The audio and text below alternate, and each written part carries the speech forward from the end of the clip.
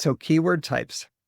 Broad match keywords are basically you're giving permission to show your ad to any type of keyword that's like, in this case, basement waterproofing.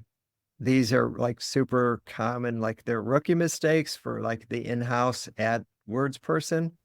And they're also like when you're new into an industry and you don't know really what you're doing and you're not like super dialed in, it's kind of common to start with broad match and then go through the ad campaign and identify what keywords are converting.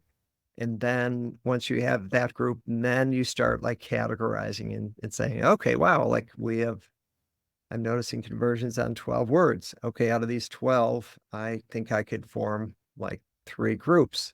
So then you kind of start breaking off into ad groups and then you keep running broad match to see if you can find more words to convert. I don't like broad match keywords. I mean, broad match can work if you have a ginormous negative keyword list. It actually it can be very powerful, but you just gotta know what you're doing, right? So if you are cautious and you're like, well, we're doing this in-house, we may not be experts, be very careful on broad match. It's typically doesn't get a good quality score. And I'm guessing that you could like tighten your account way more. Phrase match keywords, you're limiting Google. You're saying, Google, it better be pretty darn close to what I'm saying here.